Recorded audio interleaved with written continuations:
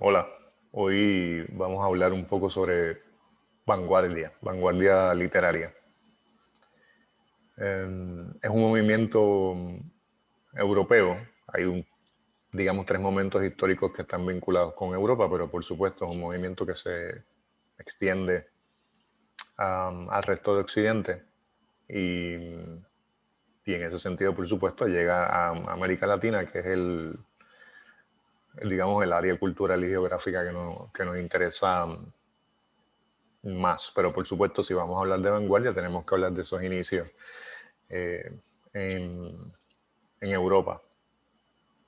Con el modernismo habíamos hablado del modo o el momento en el que la cultura latinoamericana se independiza, entre comillas, ¿verdad?, de la cultura europea, lo cual no significa que no va a haber otros vínculos y otros modos en el que la cultura europea incide en la latinoamericana, pero por supuesto, ahora se trata de un intercambio. La cultura europea y la cultura latinoamericana se imbrican, se unen. En muchas ocasiones hay un intercambio eh, entre ambas, digamos, culturas, ¿no? Y en el caso de la vanguardia hay varios momentos políticos que se marcan como el inicio de, digamos, el origen, el auge, la eclosión, ¿verdad?, de esto que llamamos vanguardia. De hecho, el concepto es un concepto militar. La vanguardia son los soldados que están al frente, ¿no?, dando el frente en una batalla. Es lo que ahora llamamos primera línea cuando hay protestas contra gobiernos autoritarios. Por ejemplo, en la temporada pasada, el verano pasado en Chile, se hizo bastante común hablar de primera línea, que eran sobre todo los jóvenes que estaban en la vanguardia de esas protestas. Pero obviamente no estamos hablando de eso, sino de un movimiento artístico. Hay tres acontecimientos: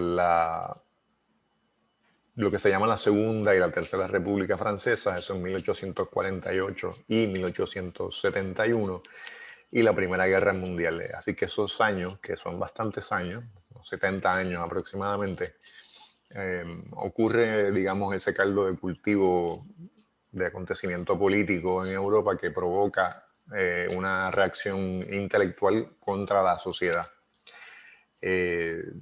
1848 a 1914, como les decía, son 70 años. Asuntos intelectuales pertinentes. Bueno, la publicación del Manifiesto Comunista de Carlos Marx. ¿Por qué? Bueno, porque es un rechazo, una reacción intelectual al estado de cosas, ¿no?, a la sociedad de la época, y se instaura por primera vez en la discusión de las transformaciones de la sociedad el proletariado, es decir, los trabajadores, como una clase que es la que debería llevar el peso, sobre todo la dinámica de la transformación del mundo, presentando los valores contrarios a el statu quo, ¿verdad? Así que ese sería, podríamos decir, uno de los hitos culturales de la vanguardia, aunque no se llama propiamente vanguardia, sí es como en primera instancia esa reacción intelectual contra el statu quo, contra la cultura general. Hay otras cosas relacionadas con la ciencia, como la teoría de la relatividad de Albert Einstein, también es un momento de vanguardia. La revolución industrial, por supuesto, la segunda revolución industrial, cuando aparece el motor de explosión. Eh, los trabajos de Sigmund Freud son parte de eso que podemos llamar vanguardia. La fotografía que se popularizó, el nacimiento del cine en vanguardia, en fin, todos estos descubrimientos tecnológicos, propuestas intelectuales de cambio, teorías científicas. Eso podríamos hablar entonces de ese caldo de cultivo que llamamos vanguardia, que sobre todo la gente lo relaciona con la pintura, pero por supuesto también se expresa a través de la escritura y otras artes, y también, como les repito, ¿no?, a nivel de desarrollo tecnológico y científico. Por eso Si hablamos de vanguardia y hablamos de pintura, es quizás porque es lo más que se conoce cuando hablamos de vanguardia. Bueno, nosotros vamos a trabajar básicamente con la literatura, pero tenemos que hablar de esos movimientos que son parte de la vanguardia, como el fauvismo, que es un movimiento artístico eh, en Francia. Autores fauvistas son Matisse, Braque, Derain. Está el cubismo, donde quizás el más conocido por nosotros es Pablo Picasso, el español Pablo Picasso. Pero también está Juan Gris, Picabia, son otros artistas cubistas. El expresionismo alemán.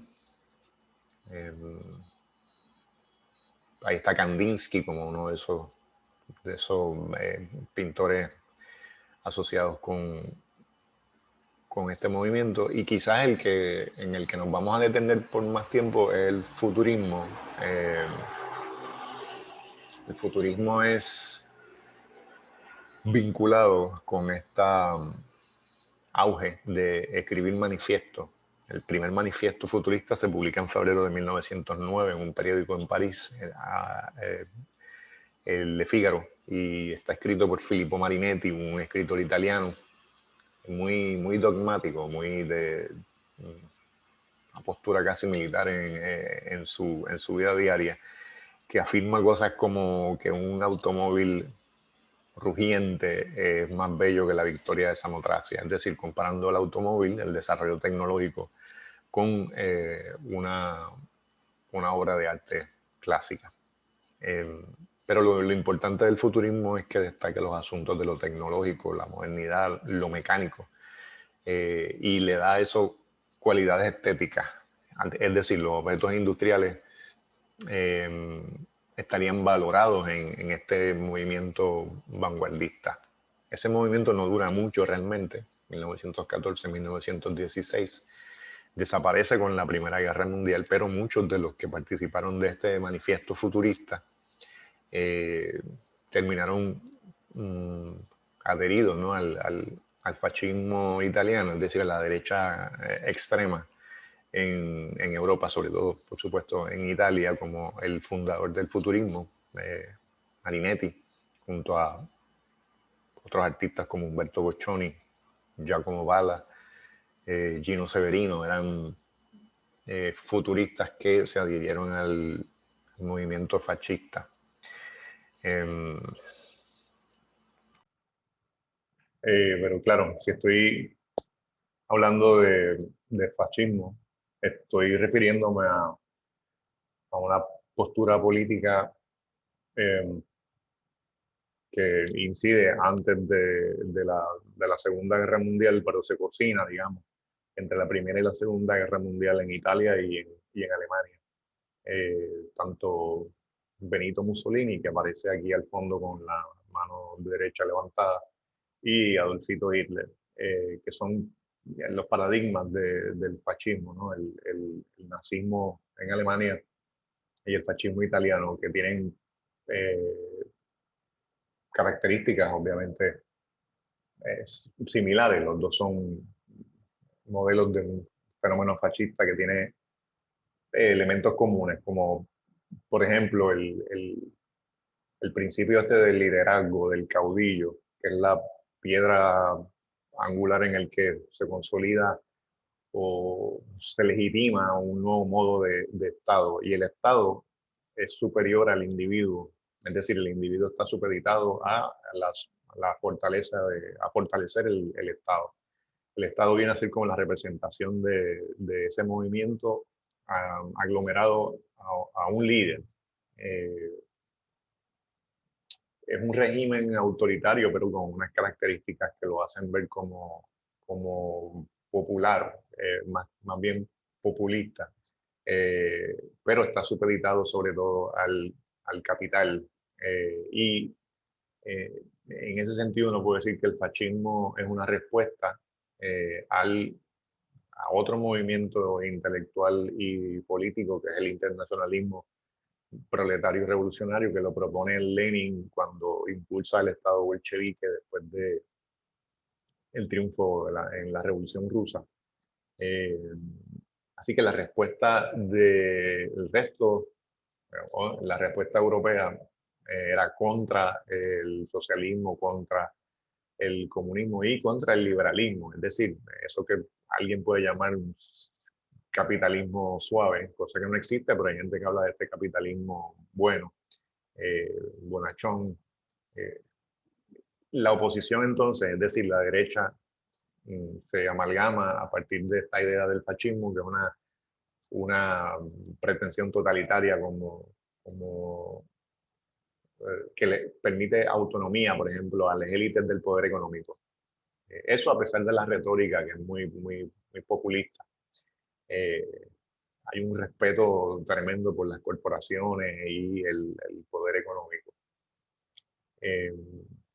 Bueno, y en ese sentido, los proponentes del futurismo, en 1909 en adelante, poco a poco se van adheriendo intelectualmente a ese movimiento, sobre todo en Italia, donde Marinetti se hace parte ideológica de este movimiento fascista, como pueden ver ahí el Duce, Benito Mussolini y Hitler, el Führer.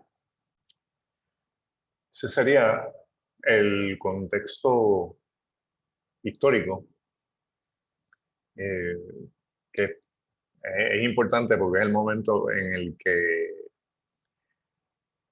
Europa sufre pues, ese momento de inflexión. Europa deja de ser dominante, esa posición dominante que ocupaba en el mundo, bueno, en el mundo occidental, obviamente, que se consolida en el siglo XIX. Entonces aparecen poco a poco las vanguardias, que son como el principio de ese fin de la hegemonía europea en el ámbito cultural del mundo. Comienza la decadencia, que se prolongó bastante, ¿verdad? Si estamos hablando de las primeras 2 décadas del siglo pasado, ¿no? Del siglo XX, para dar un contexto más monolítico. Primera, Segunda Guerra Mundial.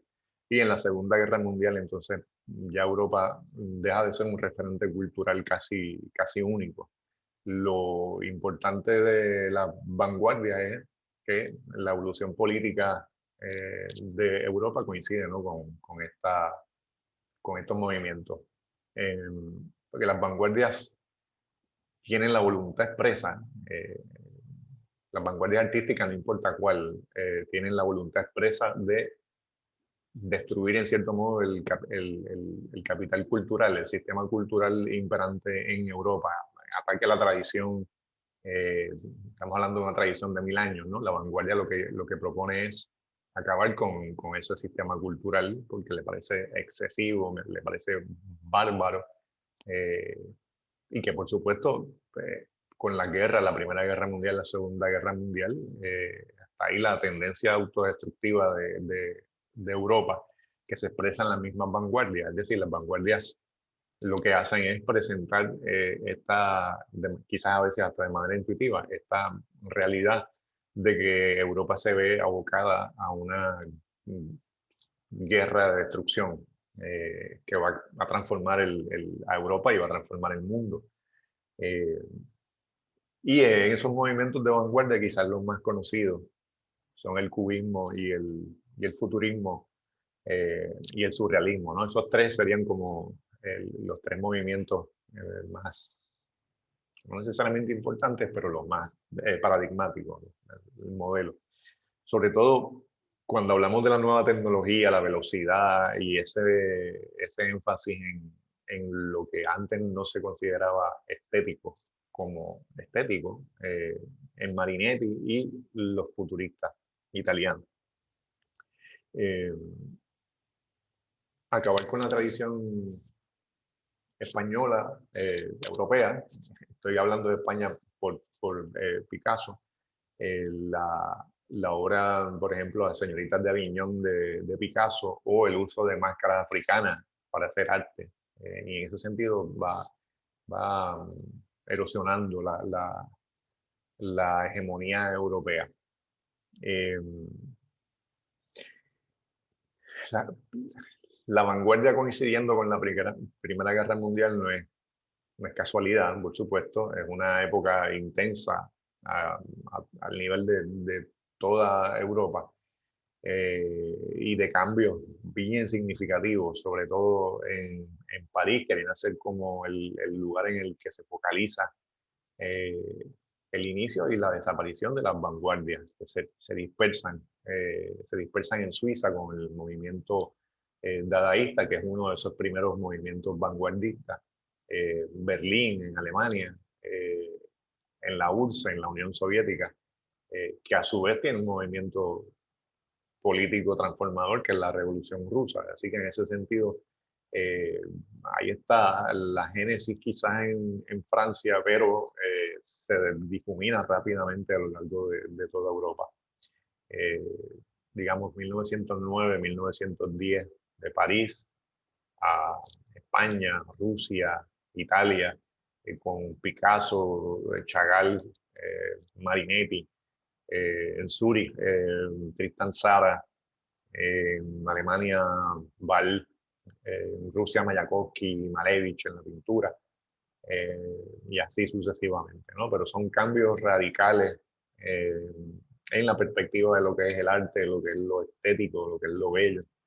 Y eso se relaciona de manera mm, complementaria, digamos, con una interpretación de la realidad que quizás el paradigma principal sea la Unión Soviética, y otra interpretación de la realidad que es la fascista de Italia y Alemania. Así que en ese sentido, esa hegemonía cultural anterior se convierte en dos centralidades, si se puede decir de este modo, ¿verdad?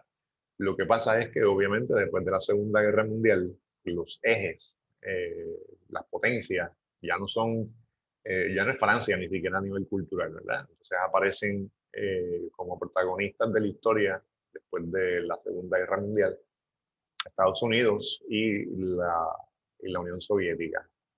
Y por supuesto el Reino Unido, que es como esta especie de, iba a decir de buitre, pero quizás no es una buena metáfora para hablar de Inglaterra. Si resumimos, hay tres movimientos vanguardistas que podríamos usar de eje, como una especie de trípode. ¿Verdad? El dadaísmo, que es quizás el más radical, el más agresivo, es de 1915 a 1922. Básicamente esos son los años de fortaleza y de producción del movimiento dadaísta, cuyo principal artista es Tristan Tzara. Tzara, en cierto modo, artísticamente es anarquista, está en contra de todas las normas sociales, morales, estéticas, es un provocador, y basa su trabajo artístico en lo absurdo, en lo más elemental, en el azar. Eh, y la palabra dada, de hecho, se escogió al azar, utilizando un diccionario. Vamos a ver cómo se llama este movimiento. Boom, ahí está, dada. El objetivo principal del dadaísmo era criticar los criterios artísticos tradicionales. Pero esos criterios artísticos y esa crítica de los criterios artísticos tradicionales, pues se explaya, ¿verdad? Se manifiesta también en los criterios políticos y en los criterios morales, ¿verdad? De la sociedad de su tiempo. Aunque Tristan Tzara es, digamos, el iniciador del movimiento, el ejemplo máximo del dadaísmo, es Marcel Duchamp. Duchamp hace estas obras de arte que se llaman ready-mades, que son objetos industriales que no tienen valor y que él los eleva a categoría del arte.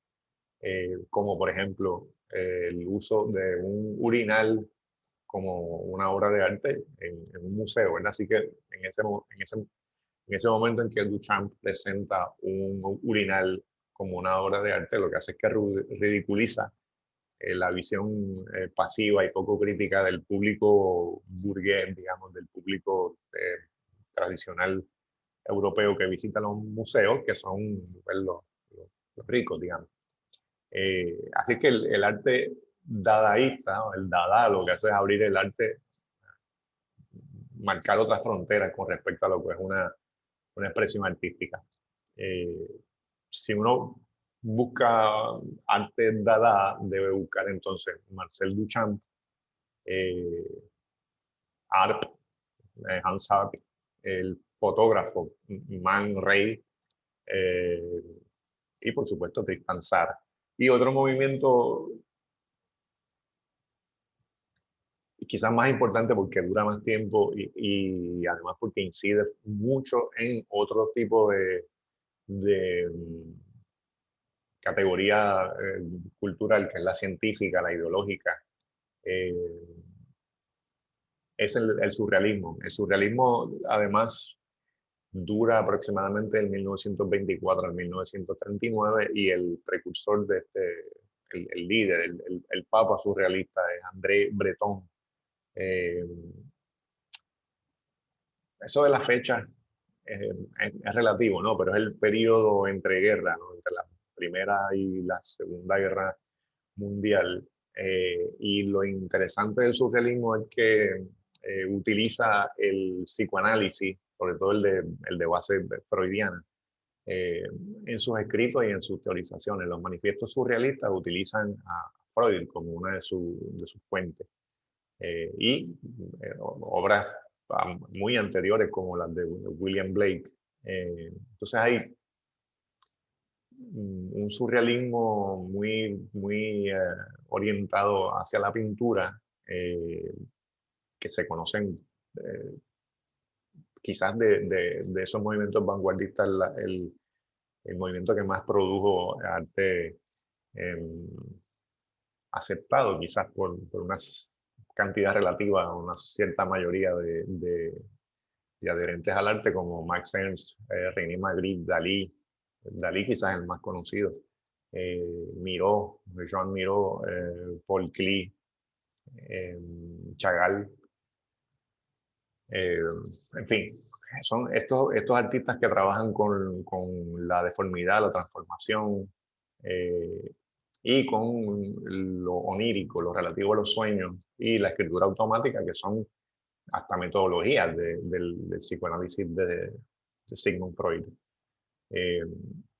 Los rusos, eh, soviéticos, después, pero en el momento en el que está ocurriendo la revolución, que triunfa en el 1917, más o menos del 1915 al 1919, hay una vanguardia rusa cuyo primer manifiesto lo escribe Malevich, Casimir Malevich, que es el pintor que construye esta obra, que se llama Supremacista. El supremacista es la pureza del arte a través de un lenguaje plástico que sea nuevo, que no sea referencial, no hay nada de referencias figurativas, que no esté claro cuáles son las influencias artísticas previas, ¿verdad? De a qué cosas se imita ahí. El suprematismo trata de que eso no sea evidente. Y está también el constructivismo del 1913 al 1920, también con un cierto paralelo, o sea, hasta en el cine. El acorazado de Potemkin, que es un clásico del cine, tiene esa estética del constructivismo ruso. Pero en fin, el asunto es que se trata en cierto modo, desvincularse de lo tradicional, del pensamiento conservador. Esto es una propuesta estética que se transforma luego en una propuesta política e ideológica, y que en cierto modo eh, se enfrentan no solamente a nivel estético, sino a nivel ideológico y político. En ese sentido, uno puede decir, resumir, un poco más complejo, pero resumiendo, ¿verdad? El futurismo italiano se decanta por el fascismo, por la derecha, por el Estado corporativo, mientras que los surrealistas se adhieren a las ideas socialistas, no necesariamente a los estados. En el caso del futurismo italiano sí hubo un vínculo con el Estado italiano fascista. En el caso del surrealismo, muchos de los surrealistas tenían vínculos con ideas de izquierda, pero en muchos de ellos no se adhirieron al Estado soviético. En ese sentido fueron aún más críticos de sus propias ideas que los futuristas, por ejemplo. Eso es simplemente un ejemplo. Por supuesto, América Latina y el Caribe y Puerto Rico también tienen sus movimientos vanguardistas que coinciden cronológicamente con esa vanguardia europea, porque los valores europeos, como les había dicho, eran dominantes en el mundo occidental, y en ese es el momento en el que surgen otros valores y de hecho otras potencias occidentales. Pero son movimientos que inciden también en América Latina y el Caribe, porque también hay esos intelectuales proclives al cambio y a romper con la cultura tradicional.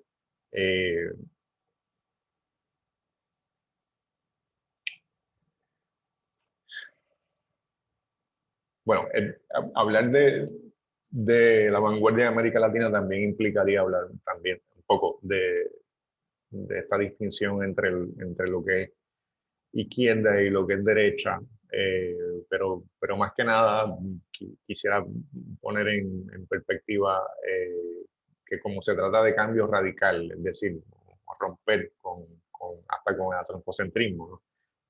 Adherirse a la abstracción, al ludismo, a la ironía, al sarcasmo, hasta tendencias que podrían uno interpretar como suicidas. Pues en ese sentido, la vanguardia se orienta hacia lo que podemos hablar de una postura política activa que es frecuentemente izquierdista y radical.